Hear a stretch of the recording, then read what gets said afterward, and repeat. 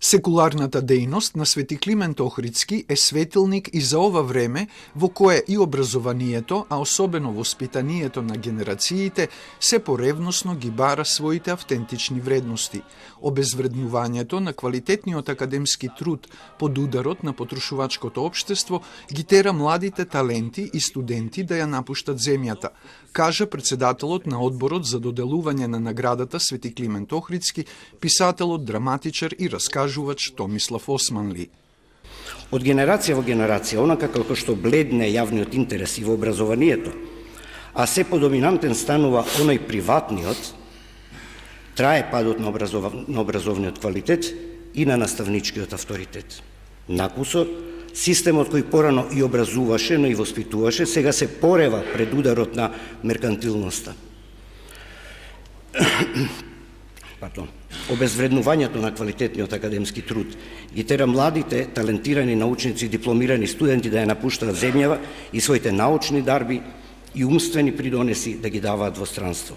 Академик Витомир Митевски, филозоф и класичен филолог, за долгогодишни остварувања во образованието и воспитанието ја доби наградата Свети Климент Охридски, а за остварувања во културата и уметноста признанието го добија композиторот Живоин Глишик и скулпторот Беди Ибрахим. Од име на лауреатите се заблагодари академик Митевски. Тој рече дека Свети Климент не е само основоположник на нашата црква, туку и на нашиот културен идентитет. Една држава која се грижи за својата култура, која умее да ги препознае вредностите на својата култура, заслужува секоја почит.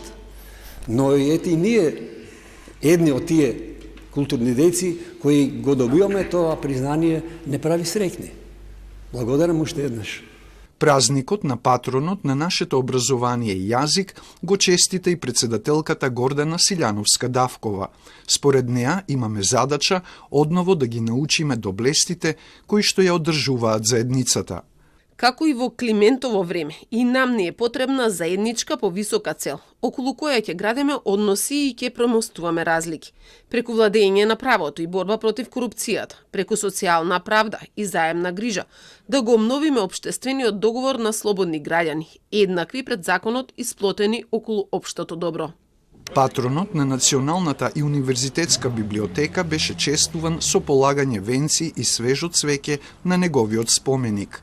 Тоа го сторија владина, собраниска, делегација од град Скопје, од кабинетот на председателката на државата, дипломатскиот кор, партиски делегации од НУП и граѓани.